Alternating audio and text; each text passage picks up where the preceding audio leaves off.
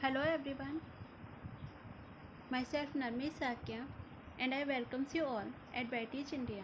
Get success with us. Before starting this session, please like, share and subscribe our channel and press the bell icon. आज के बुकैब special class में हम सीखेंगे idioms and phrases को, जो कि English vocabulary में एक इम्पोर्टेंट पार्ट है।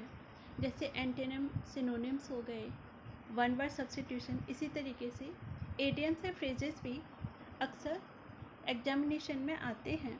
तो इन्हीं को कुछ आज की क्लास में हम सीखते हैं, कुछ इडियम्स एंड फ्रेजेस को, कि किस फ्रेज का हिंदी में क्या मतलब होता है, जिससे हम अपने क्वेश्चंस को ठीक कर सकें।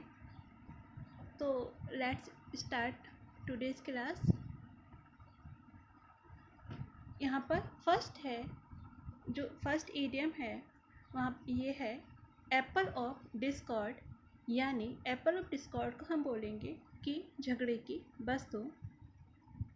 हिंदी में जैसे हम किसी भी चीज़ को बोल देते हैं कि ये पार्टिकुलर चीज़ में झगड़े की वस्तु है, तो उसे हम इंग्लिश में कहेंगे this is Apple of Discord. यह झगड़े की वस्तु है। नंबर 2 है एट सिक्स एंड सेवेंस। इसका मतलब है तितर बितर, यानी कि किसी चीज़ को तितर बितर कर देना। उसको इंग्लिश में हम कहेंगे at six and sevens. Third is a slip of tongue.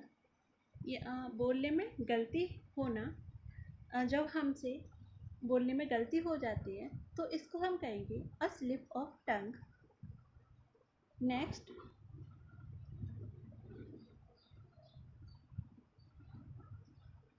Next is a good for nothing fellow.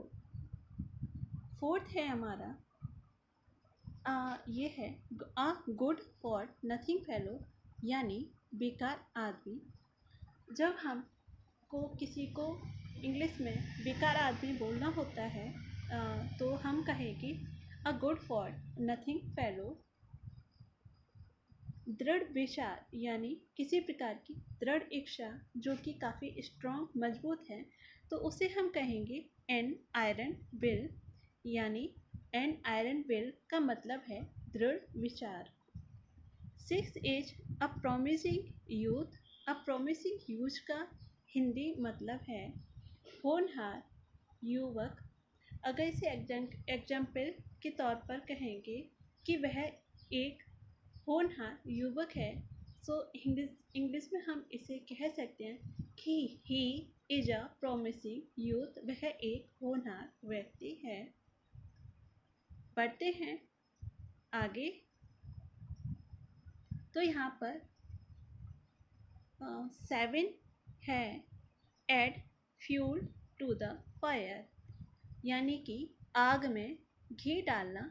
जैसे कुछ लोगों की आदत होती है कि किसी बिगड़ी हुई बात को और बिगाड़ना, यानी कोई छोटी बात है उसको कुछ ऐड करके उसको लड़ाई को और बढ़ा देना, तो उसे हम सिंपली कहते हैं कि आग में घी डालना, यानी झगड़े को और ज़्यादा बढ़ाना। तो इसे हम कहेंगे इंग्लिश में add fuel to the fire. Eighth one is by hook और बाय क्रूक। जब किसी भी चीज़ को हमें करना होता है, हम ये नहीं देखते कि वह गलत है या सही है, बस करने से मतलब होता है। तो इसका मतलब होता है बाय हुक और बाय क्रूक, यानी गलत या सही किसी ढंग से करना, मतलब उसको करना है। हमको ये नहीं सोचना है कि वह गलत है या सही। So this is by hook और by crook. Ninth one is by leaps and bounds, यानी इसका मतलब है दिन दूनी रात चौगनी। नेक्स्ट इज ये है 10th is break the ice. Break the ice का मतलब है चुप्पी तोड़ना, यानी कोई पर्सन किसी कंडीशन में या किसी सर्कमस्टेंस में काफ़ी टाइम से चुप है और वह अपनी चुप्पी को तोड़ता है और अपना अपना साइड रखता है या अपने साथ वाले का किसी का साइड रखता है, तो this is called a break the ice, यानी चुप्पी तोड़ना। 11th एज यहाँ पे 11th है, ये कहता है ब्लैक शेप, यानी ब्लैक शेप का मतलब है एक नीच आदमी। जैसे कभी कभी हम किसी को बोलना चाहते हैं कि वह बहुत मतलबी है या कुछ और है, तो उसको हम सिंपली बोल देते हैं नीच आदमी, तो इसको इंग्लिश में कहेंगे black shape. 12th is bone of contention, यानी झगड़े की वस्तु। इसको हमने पहले भी पढ़ा था, जो कि था एप्पल ऑफ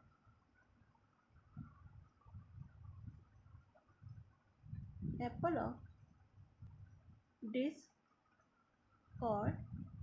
इसका भी मतलब था झगड़े की वस्तु।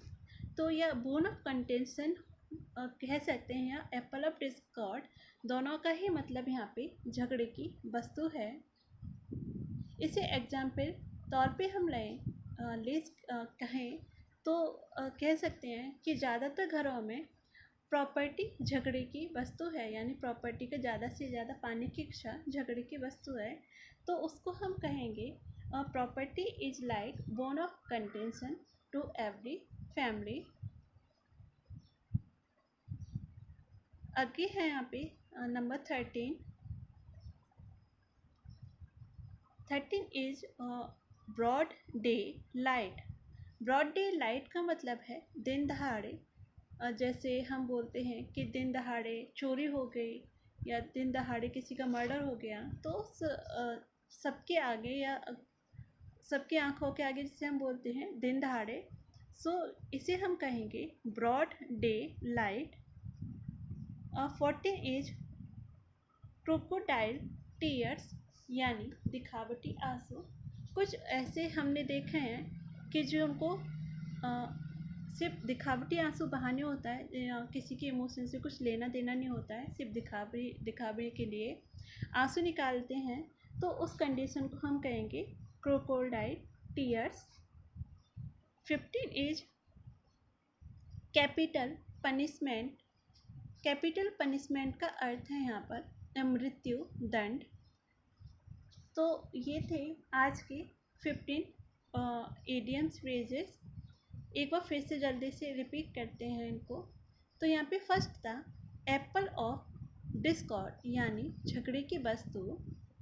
सेकंड एट 6 एंड 7 तितर बितर। Third is a slip of टंग, यानी बोलने में गलती। Fourth a good for nothing fellow, यानी बेकार आदमी। फिफ्थ एन आयरन विल, यानी दृढ़ विचार।